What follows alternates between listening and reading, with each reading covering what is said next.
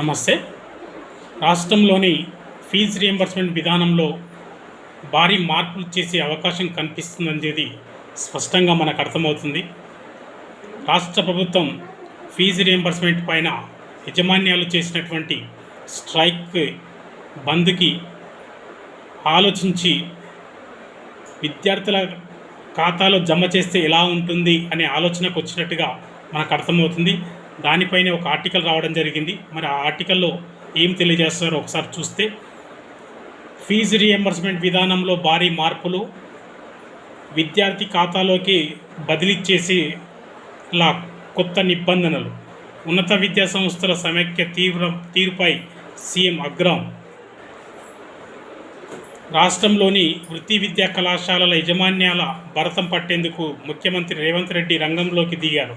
కళాశాలల అక్రమాలకు మూకుతాడు వేసేందుకు పకడ్బందీ ప్రణాళికను రూపొందించే పనిలో నిమగ్నమయ్యారు. ప్రభుత్వం ఇప్పటిదాకా అమలు చేస్తున్న బోధనా ఫీజులు కార్యక్రమంలో భారీ ఎత్తున మార్పులు తీసుకురావాలని ప్రతిపాదించారు. ఇక నుంచి బోధనా ఫీజుల మొత్తాలను కళాశాలల ప్రిన్సిపల్ బ్యాంకు ఖాతాలలో కాకుండా నేరుగా విద్యార్థి ఖాతాలో వేసేందుకు చర్యలు చేపట్టాలని అధికారులను ఆదేశించారు. విద్యార్థి, వారి తల్లిదండ్రి లేదా సంరక్షకుడి పేరుతో జాయింట్ బ్యాంకు ఖాతాను తెరిచి ఆయా సంక్షేమ శాఖలు ఏటా విడుదల చేసే బోధనా ఫీజులను మొత్తాలను నేరుగా విద్యార్థి ఖాతాలోకి మళ్లే విధంగా చర్యలు తీసుకోవాలని, ఈ విషయంలో ఆయా బ్యాంకు ఉన్నతాధికారులతో మాట్లాడి అవసరమైన ఉత్తర్వులను వెలువరించాలని సీఎం రేవంత్ కోరినట్టు సమాచారం.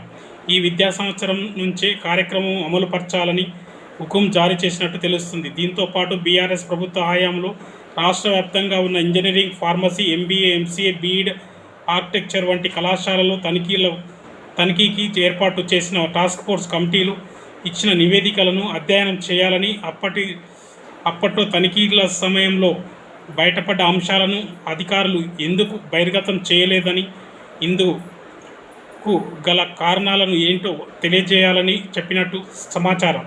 ఆందోళన చేస్తున్న సమైక్య ప్రతినిధులతో ఆదివారం రాత్రి ఉప ముఖ్యమంత్రి బట్టి విక్రమార్క, మంత్రి శ్రీధర్ బాబు, ప్రభుత్వ ప్రధాన కార్యదర్శి రామకృష్ణారావు, ఆర్థిక శాఖ ముఖ్య కార్యదర్శి సుల్తానియా, విద్యాశాఖ ఉన్నతాధికారులు 4 గంటలకు పైగా చర్చలు జరిపారు. అయితే తెలంగాణ వ్యాప్తంగా సోమవారం విద్యాసంస్థలు స్వచ్ఛందంగా బంద్ పాటించడంతో విద్యార్థులు తరగతులను హాజరు కాలేదు. తాజా పరిస్థితిని నిఘా వర్గాల ద్వారా తెప్పించుకున్న ముఖ్యమంత్రి రేవంత్ రెడ్డి ప్రభుత్వం తరపున ఉప ముఖ్యమంత్రి బట్టి విక్రమార్క అభ్యర్థించిన కళాశాలల మూసివేయడంపై సీఎం ఒకంత ఆగ్రహం వ్యక్తం చేసినట్టు తెలుస్తుంది. ప్రభుత్వం కళాశాలలకు 8 కోట్ల ఫీజు రియంబర్స్మెంట్ బకాయి పడిందన్న విషయాన్ని సమైక్య ప్రతినిధులు చెప్పారని, తక్షణం ప్రభుత్వం టోకెన్లు జారీ చేసిన 1200 కోట్ల రూపాయలను విడుదల చేయాలని డిమాండ్ పెట్టినట్టు బట్టి విక్రమార్క ముఖ్యమంత్రి రేవంత్కు వివరించారు. సుదీర్ఘంగా సాగిన చర్చల్లో బీఆర్ఎస్ ప్రభుత్వ హయాంలో జరిగిన కళాశాలల తనిఖీల నివేదికను బహిర్గతం చేసి యాజమాన్యాల లోపాలను సవరించకపోతే చర్యలు తప్పవని హెచ్చరికలను జారీ చేయాలని, ఇందుకు 2 నెలల సమయం పెట్టాలని సీఎం రేవంత్ కోరినట్టు సమాచారం. అప్పటికే కళాశాలల పనితీరులో విద్యా ప్రమాణాలు మెరుగుపరచడంలో మార్పు కనిపించకపోతే కళాశాలల అనుబంధ గుర్తింపు రద్దుకు ఆదేశాలు ఇవ్వాలని, ఈ మేరకు ఆయా విశ్వవిద్యాలయాలకు ఆదేశాలు జారీ చేయాలని నిర్ణయించినట్టు తెలుస్తుంది. రాష్ట్రంలోని విశ్వవిద్యాలయాల ఉపకులపతుల సమావేశాలను నిర్వహించి అప్పటి ప్రభుత్వంలో విజిలెన్స్ విభాగం నియమించిన టాస్క్ ఫోర్స్ బృందాల తనిఖీ నివేదికను అందజేయాలని, ఆ నివేదికలో పేర్కొన్న లోపాలను సవరించాలని, కళాశాల యాజమాన్యాలకు లేఖలు రాయాలని సీఎం రేవంత్ విద్యాశాఖ, సాంకేతిక విద్యాశాఖ ఉన్నతాధికారులను ఆదేశించినట్టు సమాచారం. ఈ ప్రక్రియ వెంటనే ప్రారంభించాలని, ఎటువంటి పరిస్థితుల్లోనూ ఆలస్యం చేయరాదని కోరినట్టు సమాచారం. దసరా సెలవులు ముగిసిన వెంటనే అవసరమైతే ఆయా విశ్వవిద్యాలయ పరిధిలో ఉన్న వృత్తి విద్యా కళాశాలలు ఆకస్మిక తనిఖీ చేసి నివేదికలను చర్చించాలని, ప్రభుత్వం చెల్లిస్తున్న బోధన ఫీజుల మొత్తాలను విద్యార్థులకు చేరుతున్నాయా లేదా పక్కదారి పడుతున్నాయా అన్నది తెలుసుకొని నివేదిక అందజేయాలని, ఒకవేళ బోధన ఫీజుల చెల్లింపులు అక్రమాలు జరిగినట్టు అనుమానం వస్తే వెంటనే కళాశాల యాజమాన్యంపై స్థానిక పోలీస్ స్టేషన్లో క్రిమినల్ కేసులు కూడా నమోదు చేయాలని సీఎం హుకుం జారీ చేసినట్లు సమాచారం. కళాశాలలకు ప్రమాణాలు వసతులు, బోధనేతర సిబ్బంది నియామకం, వారికి చెల్లిస్తున్న జీతాలు తదితర అంశాలపై సీఎం రేవంత్ ఆరా తీశారు. విద్యా సంస్థల యజమాన్యాలు రాజకీయాలకు దూరంగా ఉండి తమ సంస్థలో ప్రమాణాలు మెరుగుపరుచుకునేందుకు కృషి చేయాలి తప్ప రోడ్డు ఎక్కి ఆందోళన చేయడమేంటి అని సీఎం మండిపడ్డారు. సమస్యలు అందరికీ వస్తాయని ఎలా పరిష్కరించుకోవాలో వారి వెతుక్కోవాలి తప్ప కళాశాలలను మూసివేస్తే అంతిమంగా నష్టపోయేది పేద, బడుగు, బలహీన వర్గాల విద్యార్థులు అని ఆ విషయాన్ని యజమాన్యాలు గుర్తించగలగాలని, ఇదే విషయాన్ని వారికి చెప్పాలని ముఖ్యమంత్రి రేవంత్ డిప్యూటీ సీఎం బట్టి విక్రమార్క కోరినట్టు సమాచారం. యజమాన్య కోటా సీట్ల భర్తీలోని మార్పులు.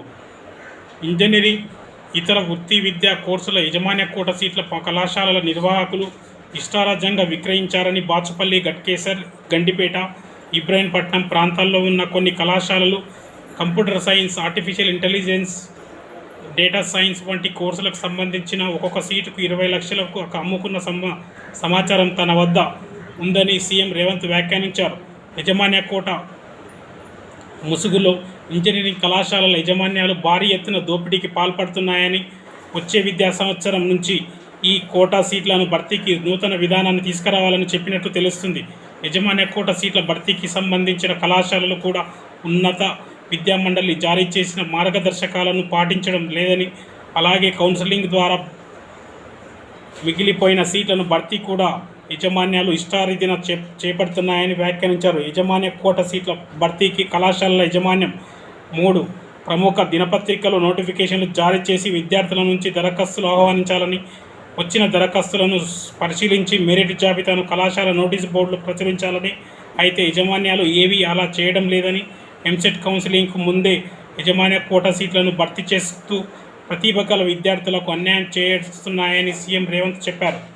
ఇంటర్మీడియట్ వార్షిక పరీక్షల్లో అత్యుత్తమ మార్కులు సాధించిన పేద, బడుగు, బలహీన వర్గాల విద్యార్థులు యజమాన్య కోటా సీట్లకు నిర్ణయించిన ఫీజులు చెల్లించలేక ఇబ్బందులు పడుతున్నారని, ఈ కోటాలోను బీసీ, ఎస్సీ, ఎస్టీ, మైనార్టీ రిజర్వేషన్లు ఉండేలా అధ్యయనం చేసి ఉత్తర్వులు వెలువరించాలని ఆయన ఉన్నత విద్యాశాఖ అధికారులను ఆదేశించినట్టు సమాచారం.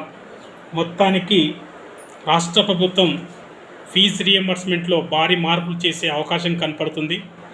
అలాగే మేనేజ్మెంట్ కోటాలో ఉన్నటువంటి బి కేటగిరీ సీట్లపైన కూడా భారీ మార్పులు చేసే అవకాశం అయితే స్పష్టంగా మనకు కనపడుతుంది.